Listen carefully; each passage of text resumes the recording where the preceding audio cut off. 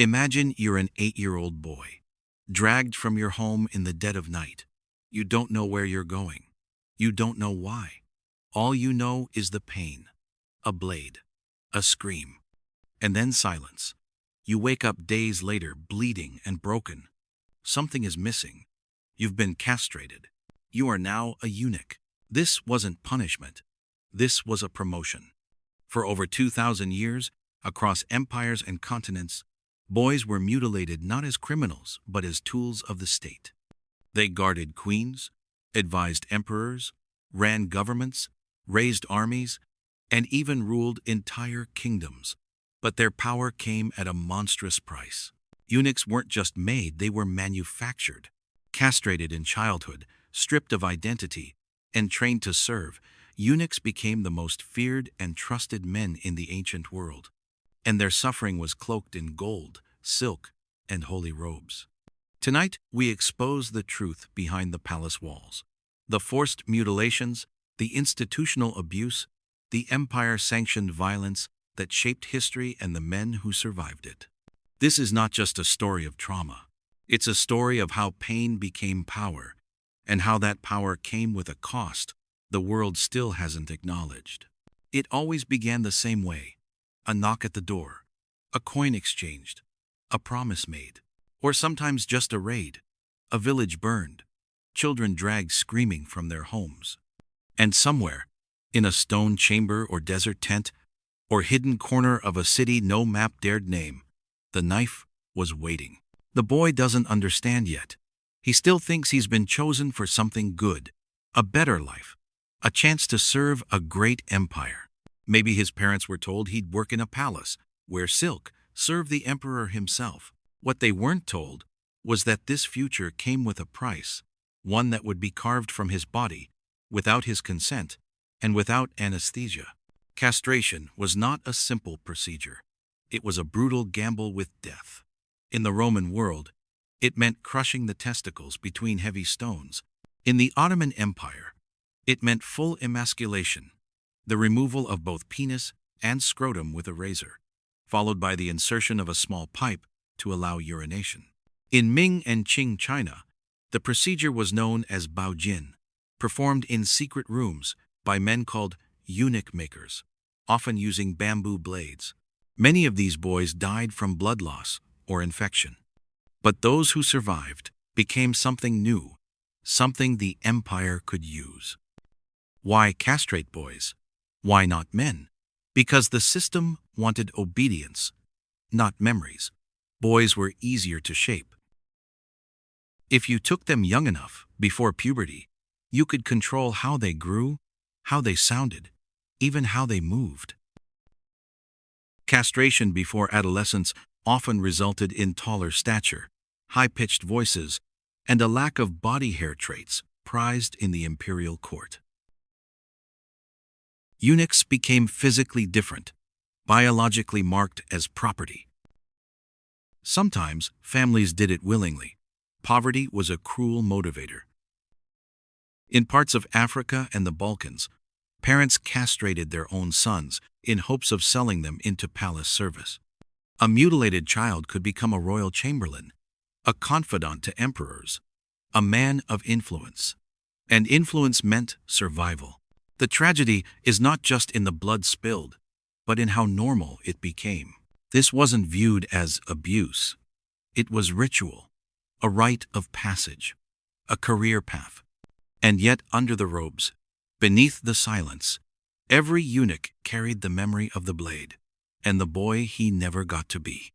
In the grand palaces of power, where emperors ruled and kings played gods, eunuchs were not seen as victims. They were tools, assets. And above all, they were currency. Across the Roman Empire, the Abbasid Caliphate, the Chinese dynasties, and the Ottoman court, eunuchs were exchanged like gold, not just between families, but between entire civilizations. In times of war or diplomacy, castrated boys were used as tribute, peace offerings, or royal gifts. When Sultan Mehmet II conquered Constantinople in 1453, he didn't just take land.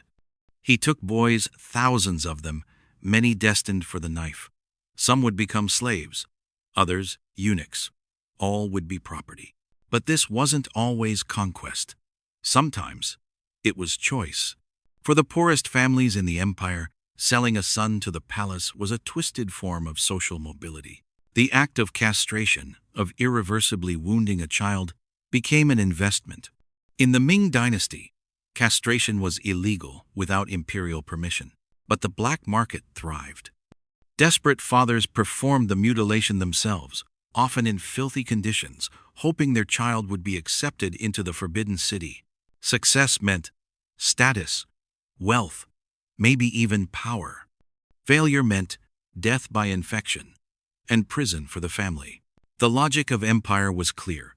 A eunuch could not produce heirs, could not build rival dynasties, could not amass power through bloodlines. He was a man without lineage. That made him safe, or at least controllable. But there was another layer to this political calculus. Eunuchs were often placed in the most intimate proximity to rulers. They dressed emperors, guarded concubines, served food, managed royal households.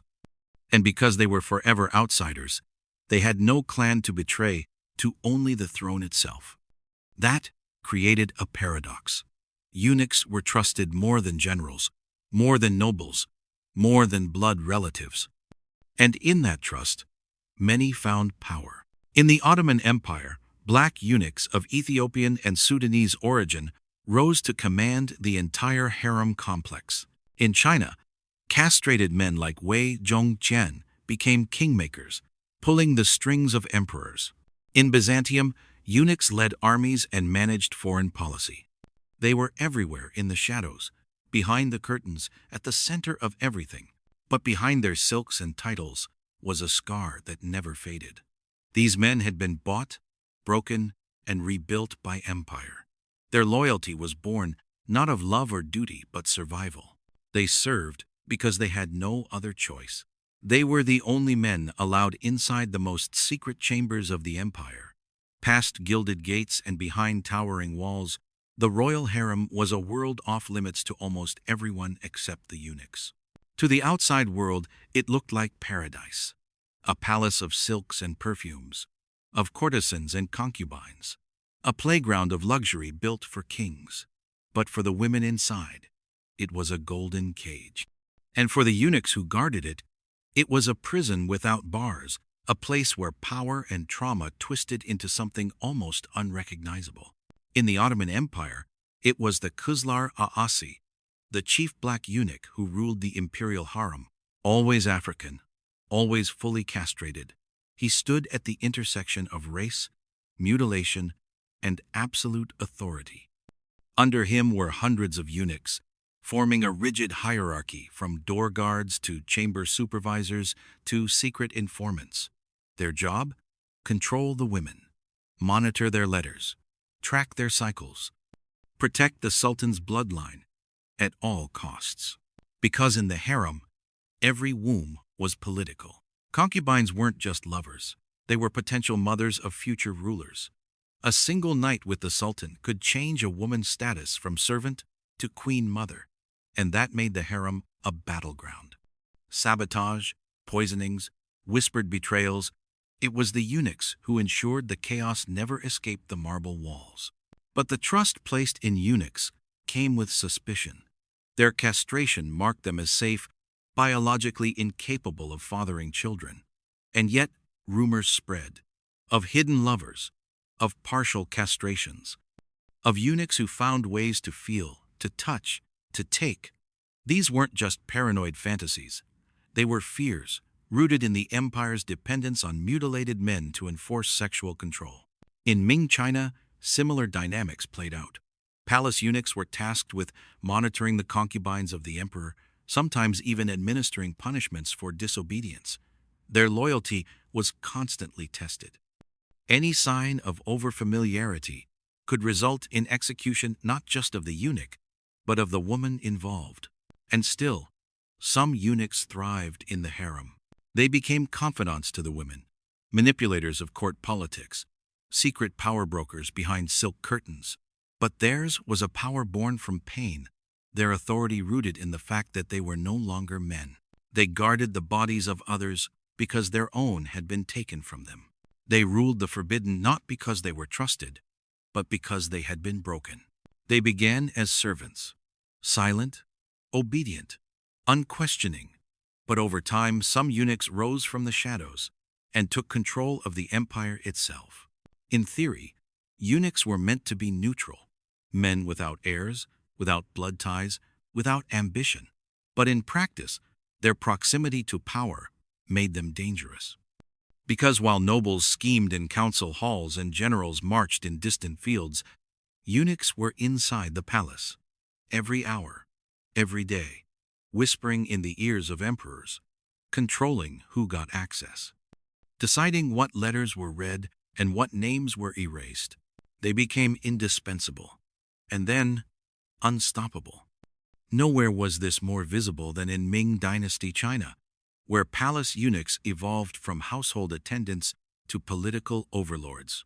One man, Wei Zhongxian, began his life as a poor boy from Hebei province. He castrated himself in adulthood to gain access to court, a desperate act of social climbing. But what he lost in flesh, he gained in power. By the 1620s, Wei controlled everything: the imperial guards, the secret police, the bureaucracy. He silenced critics with torture. He purged scholars.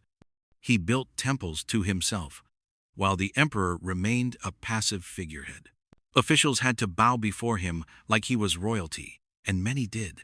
He was never supposed to rule, but he did, through fear, loyalty, and the ruthless efficiency of a man who had nothing to lose. He wasn't the only one. In the Byzantine Empire, eunuchs became generals, chancellors, and patriarchs. They led armies into battle. They negotiated peace treaties. The emperor's trust in them wasn't just symbolic, it was strategic. A eunuch couldn't found a rival dynasty that made him safe, even as he rose to unimaginable influence. In the Ottoman Empire, the chief black eunuch held more sway than most viziers. He controlled access to the harem, to the sultan, and by extension to the future of the empire itself. His voice could make or unmake queens. His alliances could decide succession. But with power came paranoia. Eunuchs were often resented by the military, loathed by the aristocracy, and feared by the people.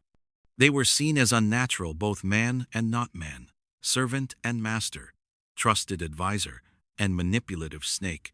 And when regimes changed, eunuchs were the first to be purged, beheaded, burned, dismembered. Their power was always borrowed, never permanent. Yet for centuries, they endured. Because the empire's most dangerous weapon wasn't the sword, it was the man who had survived the blade and learned how to wield silence as power. Not every eunuch was made for politics. Some were made for God. Across centuries and continents, religions that preached mercy and sanctity also carved flesh from living boys in the name of holiness. Castration, in the religious imagination, was a path to purity, a renunciation of desire, a mutilation so profound that it promised spiritual elevation, and for some, it was self-inflicted, a desperate offering to a deity who demanded more than faith. The contradictions run deep. Christianity, at its core, forbade bodily mutilation, and yet, in early Byzantium, castrated men filled the monasteries. They served as abbots, bishops, even patriarchs. The logic was chillingly simple. A man who could not lust was closer to heaven. In fact, some monks castrated themselves to avoid temptation, inspired by Matthew 19:12, which speaks of those who have made themselves eunuchs for the sake of the kingdom of heaven. It wasn't metaphor to them, it was scripture. One of the most disturbing examples was the Skoptsi, a radical Christian sect in 18th century Russia. They believed sexual organs were the root of sin. Their answer? Removal. Male converts were castrated, often with glowing red-hot irons. Female converts had their breasts and genitals sliced away in secret ceremonies. This wasn't fringe. By the 1800s, The sect had tens of thousands of followers, many of them educated, wealthy, and devout. Their holy mutilations were seen not as suffering, but as salvation. Islamic tradition officially prohibited castration, but loopholes were exploited. Eunuchs became central to courtly life across the Abbasid, Safavid, and Ottoman worlds. And while religious scholars condemned the practice, imperial rulers sponsored it. The result was a quiet contradiction. Empires soaked in faith, built on the bodies of mutilated boys. Even in Hinduism, the legacy of holy eunuchs took a different form. The Hijra community of South Asia, a population of intersex, transgender, and eunuch-identified individuals, dates back over 1,000 years. Some underwent castration as a spiritual ritual, believed to transform them into vessels of divine energy. They were invited to bless weddings and births, yet lived as outcasts, feared and fetishized, tolerated and shunned. Religion did not protect eunuchs.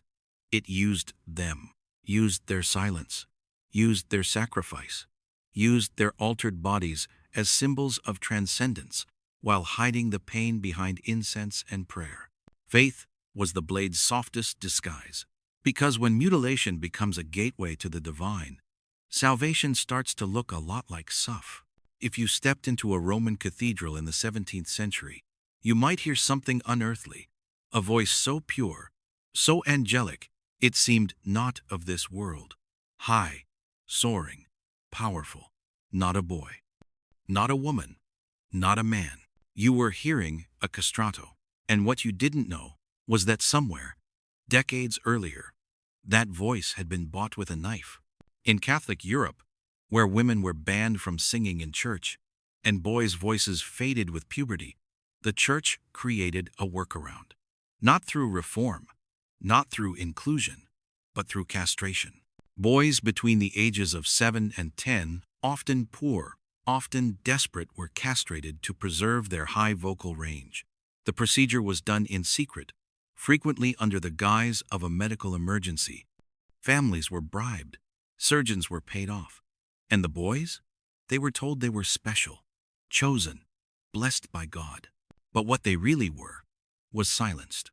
The Vatican denied any official involvement, of course. The Church condemned castration publicly, while quietly allowing it to flourish. By the 1700s, thousands of castrati had filled Europe's churches, opera houses, and royal courts. Their voices were celebrated. Their bodies were ignored. The physical consequences were brutal. Castration before puberty froze the voice but altered everything else. Castrati often grew unusually tall, with long limbs, soft faces, and barrel-like chests, perfect for vocal projection, but unnatural. They were mocked in the streets, desired by some, ridiculed by others. And behind their fame lay chronic pain, hormonal imbalances, sexual dysfunction, and the unspoken trauma of a stolen adolescence. Alessandro Moreschi, the last known castrato, died in 1922. He was called the Angel of Rome, a man whose voice once echoed through the Sistine Chapel. But when you listen to his recordings, shaky, ghostly, almost too human, you're hearing more than just music. You're hearing the sound of institutional abuse, masked in divinity. These boys were not eunuchs by empire. They were eunuchs by liturgy, cut not to serve a harem or an emperor, but a God who demanded purity and a church that demanded perfection at any cost. They sang for the salvation of others while living in the wreckage of their own bodies. And the silence they carried wasn't just sacred, it was systemic. There is a quiet truth buried beneath the gold of every empire someone paid in blood. Eunuchs were not just servants or singers or symbols of purity. They were a commodity, traded like spices, taxed like livestock, and profited on like silk. Behind the palace walls and beneath the marble floors, the eunuch trade became one of history's most brutal and overlooked economies, a machine that converted the bodies of children into currency. In the Ottoman Empire, the demand for eunuchs was insatiable. Two distinct groups were trafficked into Istanbul: the white eunuchs, often from the Balkans and Caucasus, and the black eunuchs, primarily from East Africa. The distinction was racialized, and it was strategic. White eunuchs, typically only castrated partially, served in administrative roles. They were literate, multilingual, and more likely to rise through the bureaucracy. Black eunuchs, often fully emasculated in the most violent form, were assigned to the harem, seen as more reliable to guard the sultan's women. Their suffering was both racialized and ritualized. The supply chain stretched for thousands of miles. In Sudan and Ethiopia, Arab and African traders raided villages or bought children from desperate families. The boys were then marched across the Sahara in brutal caravans where heat, hunger, and disease killed many before the knife ever touched them. Castration was often performed in filthy roadside stalls by men with no medical training. Survival was the first test. Arrival at the palace the second. A boy who survived the journey and the mutilation could fetch astronomical prices. In the 1600s, the price of a healthy black eunuch in Cairo could equal a skilled artisan's wages for 5 years. The empire didn't just tolerate this trade, it regulated it. There were import taxes on eunuchs, inspection processes, even storage protocols for unsold boys. Flesh was business, gold was blood, and the Ottoman court wasn't alone. In imperial China, families castrated their own sons and sent them to the palace, hoping for admission. In Europe, black market castration rings operated in secret, supplying young boys to music schools, courts, and even the church. But the most disturbing aspect of this system wasn't just the suffering, it was how profitable it was. Eunuchs weren't seen as victims, they were investments. Empire, religion, and aristocracy all found common ground in this shared economy of mutilation. The bodies of children became bargaining chips. And the knife wasn't just a tool of transformation, it was the signature on a transaction. The body doesn't forget. Even when the wound heals, even when the robe conceals it, trauma leaves fingerprints on flesh. Eunuchs were not just made, they were engineered, altered from the inside out, and empires knew exactly what they were doing. Castration before puberty didn't just remove the testicles or penis, it halted hormonal development altogether. Without testosterone, the body followed a different path. Bones grew longer, hips widened, fat distribution changed, muscle growth slowed. The result was a body permanently trapped between categories, neither fully male, nor child, nor anything the world could easily name. This wasn't a side effect, it was intentional. In imperial China, eunuchs with high voices and soft features were considered aesthetically pleasing, more refined, more elegant, more suitable for court.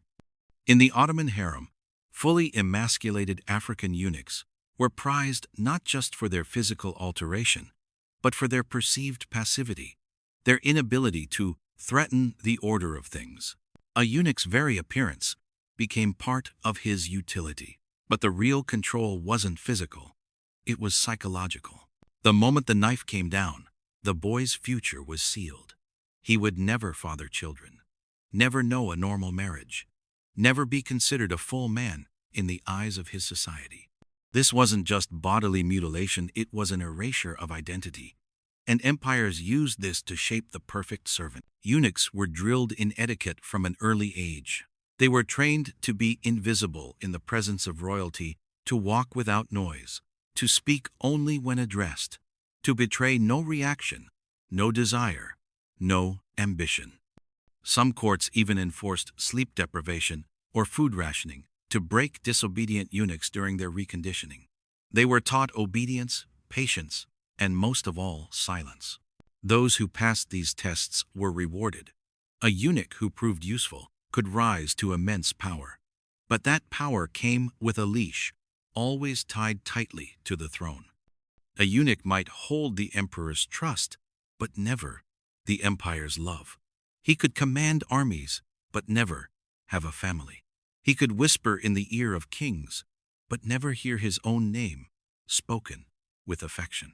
And when the empire no longer needed him, he was discarded, forgotten, buried with honors, if lucky with nothing, if not. Their bodies were reshaped, their desires were redirected, their lives were rewritten, all to serve a system that controlled them down to the very cells of their being. This wasn't loyalty, it was programming.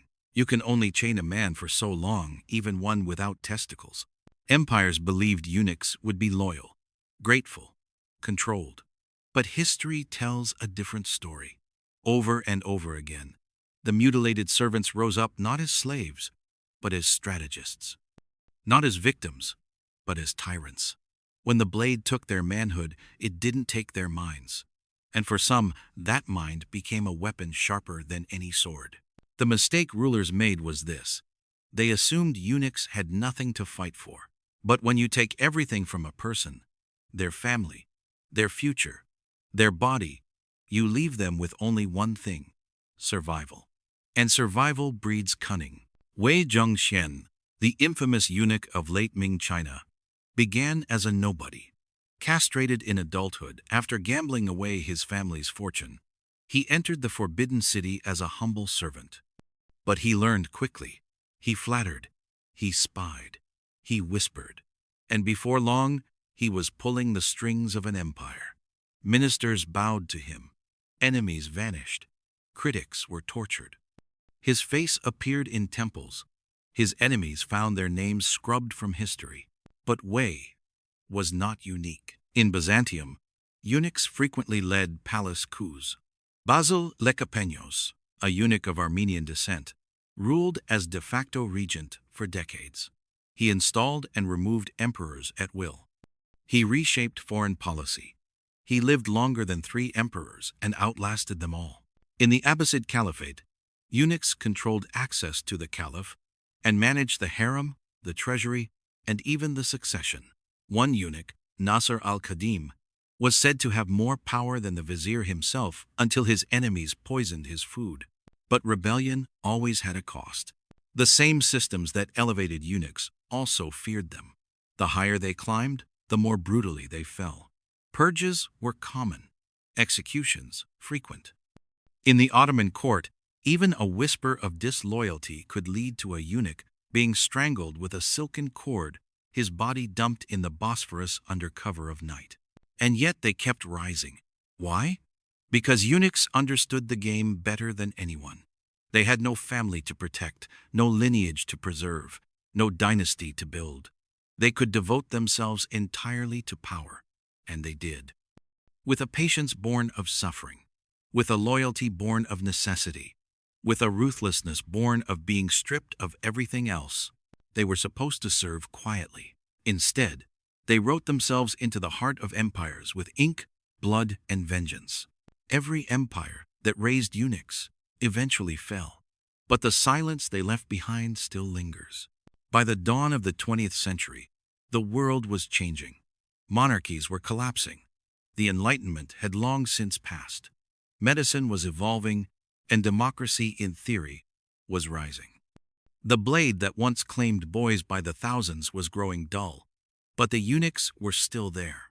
A generation of mutilated men, aging in forgotten palace wings and crumbling temples, outliving the regimes that had made them.